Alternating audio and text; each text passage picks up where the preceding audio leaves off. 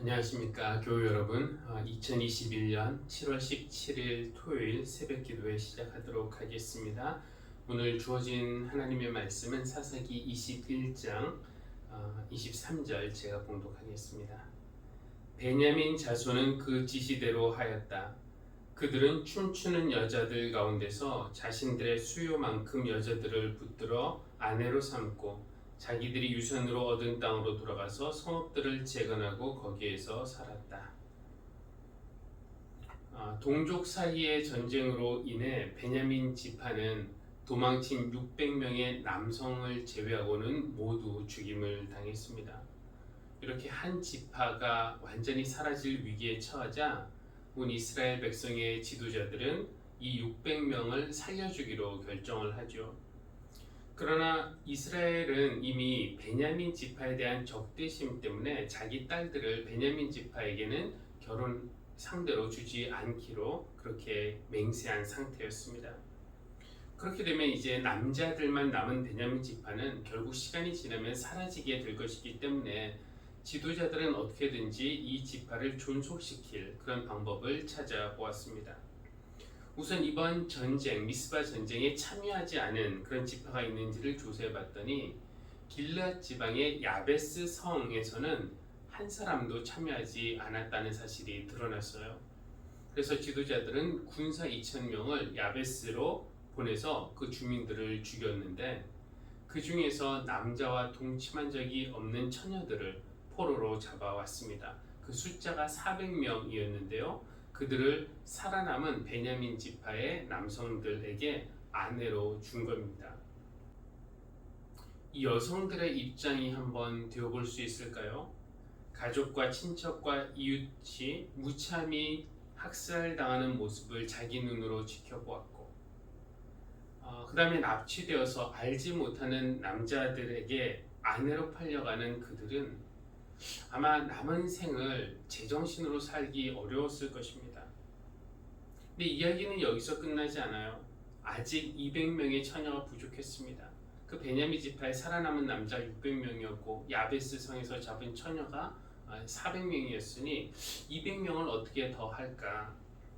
그 당시 실로에서 행해지는 축제가 있었는데요. 그때 처녀들이 춤을 추러 나오는 일이 있었습니다.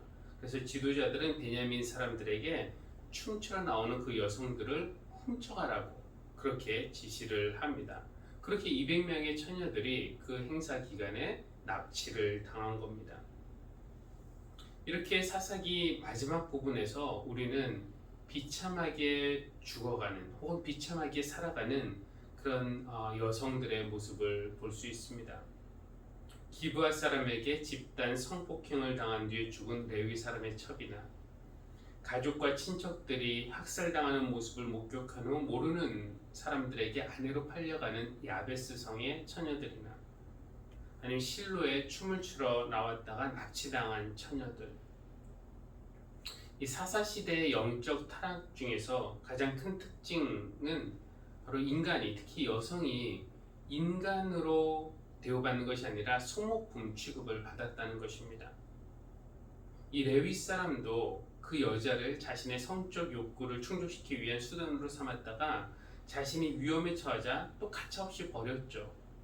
이스라엘 지도자들도 이 베냐민 지파를 존속시킬 방안에서 수백 명의 여성들을 그저 소모품으로 취급했습니다. 만약에 이 사사기가 룻기로 이어지지 않았다면 사사기를 읽은 우리는 큰 우울에서 벗어나기 힘들었을 겁니다. 그러나 룻기에서 또 여성들이 등장하여 희망을 이어가는 모습을 볼 수 있습니다. 이 룻기의 결론을 미리 살짝 말씀드리면은 결국 룻을 통해서 다윗의 조상이 태어나게 되는 것이죠.